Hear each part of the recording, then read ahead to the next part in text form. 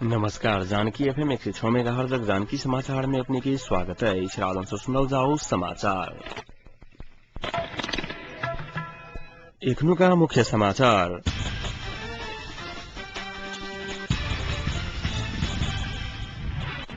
Medical रिपोर्टक कारण अधिकांश महिला हिंसा पीड़ित महिला की न्याय नहीं भेट सकल।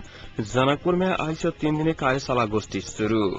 घर में प्रवेश कर बलात्कार करके प्रयास करने दूता सशक्त पुलिस नियंत्रण में। सिंधली में वायरल बुखार बीमारी सबक संख्या दिन प्रतिदिन वृद्धि भ रहल। कालीकोट से जुमला जा रहा बस दुर्घटनाग्रस्त 29 के जान गेल, 11 की अवस्था चिंताजनक। और प्रधानमंत्री भट्टराय द्वारा नेपाली क्रिकेट टीम के बधाई।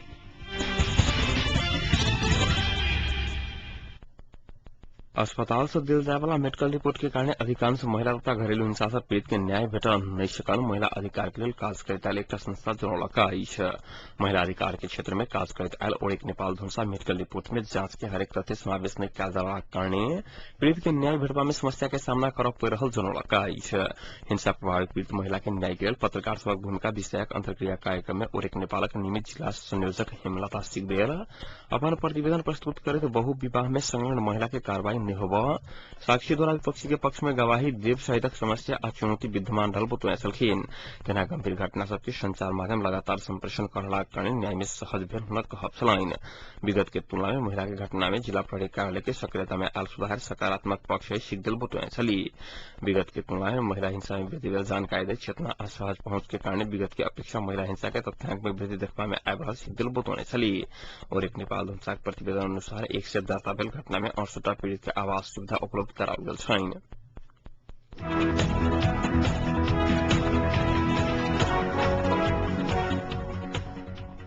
मानव अधिकार के संदर्भ में पत्रकार सबके सशक्तिकरण करबाक उद्देश्य से जनकपुर में आज से 3 दिनक कार्यशाला गोष्ठी शुरू भेल। मानव अधिकार पत्रकार संघ हुर्जा के आयोजना में संचालित एहि गोष्ठी में जनकपुरक 30 पत्रकार के सहभागिता रहल।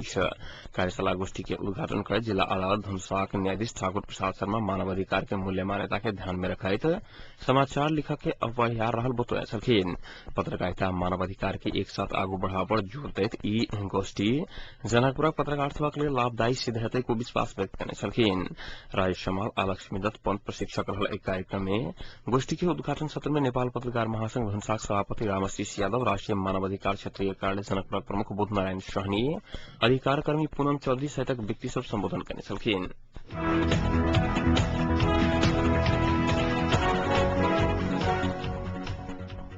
धनुषा जिला बहेड़ा बेला अम्मी एक महिला के घर में प्रवेश कर बलात्कार करके प्रयास करने के तहत ग्रामीण से दूटा सशक्त पुलिस के नियंत्रण में लगा। विगत रात ग्राम के एक महिला के घर में प्रवेश करने समय में दोनों पुलिस के मारपीट कर स्थानीय वासी नियंत्रण में लेने छल। फुलगामा स्थित सशक्त प्रहरी बेस कैंप में कार्यरत जवान धन बहादुर लामा और प्रहरी सहायक हवलदार सदानंद सापकोटा के स्थानीय वासी बहेड़ा बेला पुलिस चौकी के जिम्मा लगौने छल।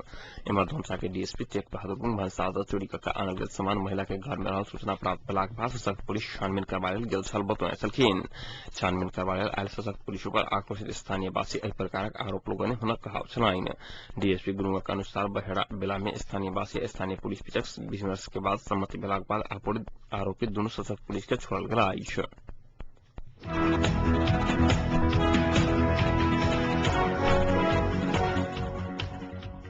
नेपाली कांग्रेस निकट दलित संघ धनुषाक जिला अधिवेशन प्रतिनिधि चयन करवा में धांधली भेल कहत संस्थापन पक्ष आ निकट दलित नेता कार्यकर्ता पार्टी कार्यालय धनुषा में धरना देलक। केंद्रीय प्रतिनिधि राम सुंदर महारा आ दलित संघ धनुषा के सभापति रूपनारायण साफी जिला अधिवेशन प्रतिनिधि चयन करवा में धांधली भेल आरोप लगौने छलैत आई से अनिश्चितकालीन धारणा देने महाधिवेशन प्रतिनिधि राम पुकार साफी बतुआलखिन। केंद्रीय प्रतिनिधि महारा आ संघ जिला अध्यक्ष साफी विधान विपरीत प्रतिनिधि चयन करने असंतुष्ट दलित एवं नेता कार्यकर्ता सब आरोप रहला। मांग पूरा नहीं होबा धरि दैनिक 10 बजे से लेकर 5 बजे धरि पार्टी कार्यालय में धरना देबाक कार्यक्रम सब घोषणा केने अछि। एमर नेपाली कांग्रेस धनुषाक सचिव कोमलकांत झा जिला दलित संघक वैशाल से प्रतिनिधि चयन करवायल महारा आशापी के सर्वसम्मति से अधिकार देने जानकारी देने छलखिन। असंतुष्ट दलित नेता एवं कार्यकर्ता सबक मांग अविलंब विमर्श कऽ समाधान कयल जेतै झा के कहब छलैन।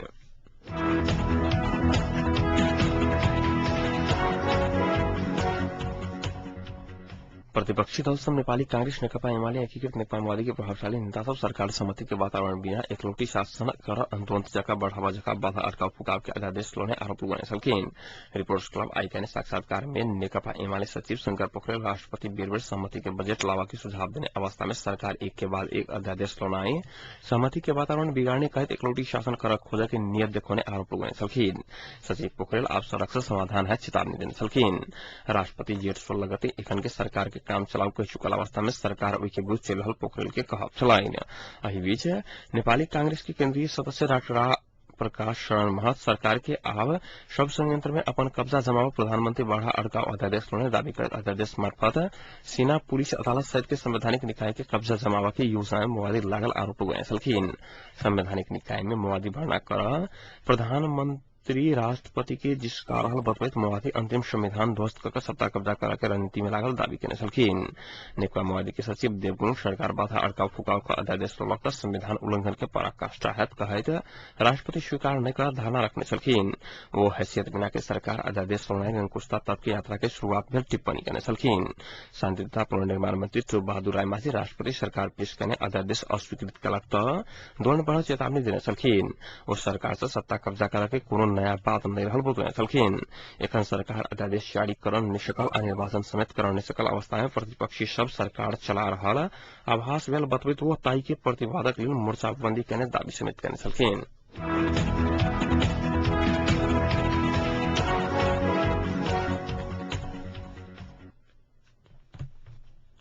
जनकपुर नगरपालिका काम कार्रवाई से आक्रोशित युवा सब अपन कार्य प्रति ईमानदार होवा लेल ध्यान आकर्षण करवे जिला प्रशासन कार्यालय धनुषा के ज्ञापन पत्र बुझौलक। विभिन्न राजनीतिक दलक युवा तथा युवा सब जनकपुरक सुधार संबंध में 4 सूत्रीय मांग प्रस्तुत कर 15 दिनक अल्टीमेटम दिलक। नगरपालिका में कार्यरत भ्रष्ट कर्मचारी ऊपर अविलंब कार्रवाई विगत के छानबीन प्रतिवेदन नागरिक समाज और संचार माध्यम में सार्वजनिक करा के नगर क्षेत्र गंदगी व्यवस्थापन अमन प्रति छोड़ल गेल गायमाल के नियंत्रण करा के मांग कराइत युवा सभा आ जिला प्रशासन कार्यालय में ज्ञापन पत्र बुझौलक। मुरली चौक से निकलल युवा सभा समूह नारा जुलूस लगवे जिला प्रशासन कार्यालय पहुंचल छल। सद्भावना पार्टी के युवा अध्यक्ष सुरसन सिंह, नेवी संघक वरिष्ठ उपाध्यक्ष मनीष श्री ओम, तराई मध्य विद्यार्थी फ्रंटक केंद्रीय सदस्य सुभाष कर्ण, विद्यार्थी सिकंदर यादव, राराबा कैंपस के पूर्व सभ्यों प्रसन्न झा, विद्यार्थी नेता ज्ञानेन्द्र झा, विद्यापति युवा कमेटी के अध्यक्ष दीपक शाह, भैरव युवा कमेटी के अध्यक्ष मुकेश शर्मा सहित युवा के सहभागिता में ज्ञापन पत्र बुझाओल छल।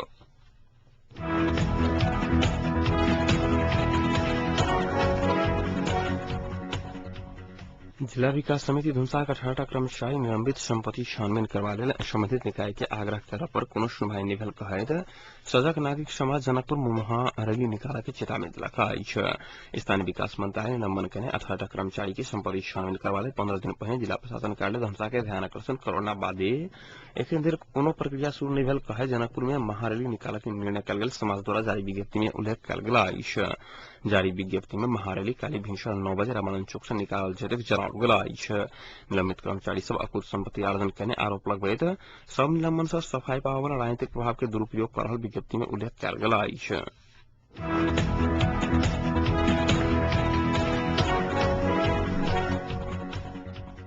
वायरल बुखार के कारण सिंदली के बेलगाड़ी गांवी समय रहल गोरे प्रसिद्ध प्राथमिक विद्यालय के 85% विद्यार्थी सब बीमार पड़ल। शुरू में सर्दी, माथ दुखनाई, गर्दन दुखनाई जका लक्षण देखला बाद विद्यार्थी सब विद्यालय में आपस छोड़ने विद्यालय के प्रधानाध्यापक हेम प्रसाद दाहाल जानकारी देने छलखिन। तेना प्राथमिक स्वास्थ्य केंद्र बेलघारी में एखन प्रत्येक दिन 80 से 90 गोटे वायरल बुखारक बीमारी आबि रहल प्राथमिक स्वास्थ्य केंद्र बेलघारी के सीनियर अहेबा मोहन बहादुर दाहाल जानकारी देने छलखिन।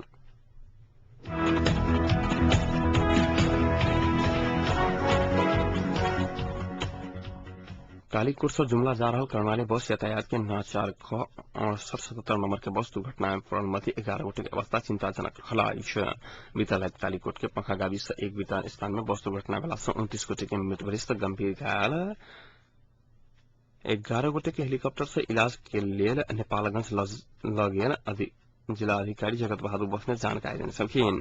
मृत्यु होने समय जुमला महत गावी से वार्ड नंबर 8 के 40 वर्षीय भीमदत्त महत काली खेतु के गावी से 5 के फसल बहादुर शाही फांडू गुफा गावी से 1 के 33 वर्षीय नरेंद्र कार्की अब फांडल गुफा गावी से 4 के 18 वर्षीय मीन बहादुर रोकाया रहल नया उपेक्षक दीपेंद्र जीसी जानकारी देने चाहिए तना कालीकोट जिला के संग्राम सरदोल आंगन में कार्य 26 वर्षीय मनोज सिंह कार्की केलाली 5.5 के 32 वर्षीय शिक्षक लाल बहादुर भंडारी मानमा 5 के 40 वर्षीय जगत कुमारी शाही राजचुली 8 के 28 वर्षीय गोविंद कोराड़ा पाखा 1 रनियार 38 वर्षीय कांची मल आ पाखा 8 के 23 वर्षीय गंगा बहादुर शाही के शनाख्त में पुलिस चौंकाई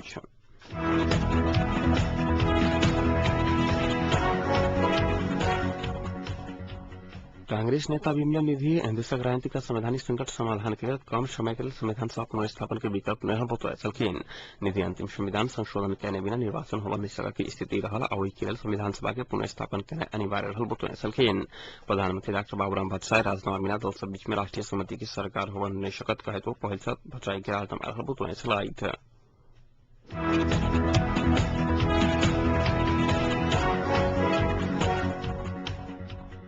कांग्रेस सभापति सुशील कोइराला मवादी निरंकुशता के तनासा लदने आरोप लगाए 12 सूत्रीय सलाहकार केंद्र के शब्द सहमति मवादी उल्लंघन करने का तो सर्वसत्तावाद निरंकुशता बेसी दिन टिकन से दावी करने आई पर्व सदर मुकाम में प्रेस यूनियन करने पत्रकार स्मरण में पड़ला एहन बात बताए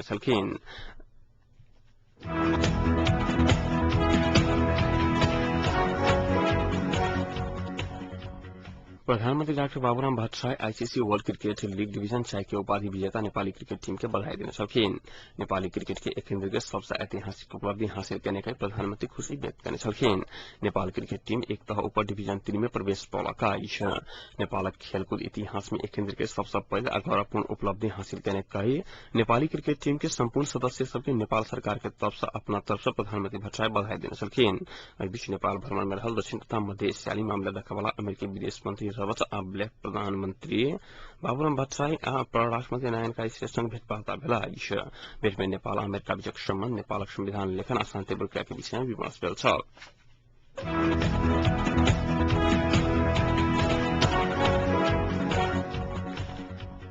नेपाली कांग्रेसक केंद्रीय सदस्य अर्जुन नरसिंह केसी एकीकृत नेकपा माओवादी बथबेताल समाजवाद धनबाद में परिणत हो चुकल ठोकुआ करने आयशा काबरे के बनेपा में शुरू में नेपाल तरुण दल के मतदान चलाए प्रशिक्षण कार्यक्रम के संबोधन करते हुए शक्ति के दुरुपयोग का कहा नया निर्वाचन मार्फत सत्ता कब्जा करके रणनीति में एकीकृत नेकपा माओवादी लागल आरोप लोगों ने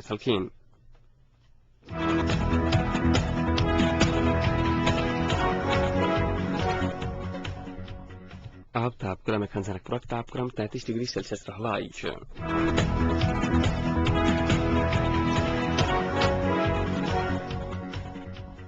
प्रमुख समाचार अंत में पुनः एक बार फिर से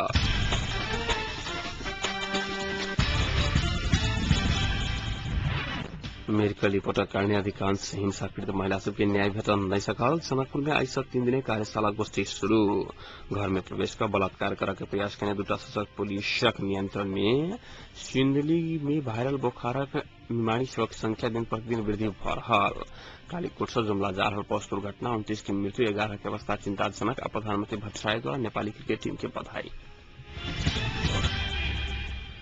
आयोग संग आज जानकी समाचार इतने संपन्न होता है समाचार कक्षक संपूर्ण सहकर्मी के संग हम राजन आज्ञा चाहब समाचार दोसर बुलेटिन के संग काल उपस्थित रहता करब ताजा के लिए सुनसान के FM 106 मेगाहर्ट्ज नमस्कार।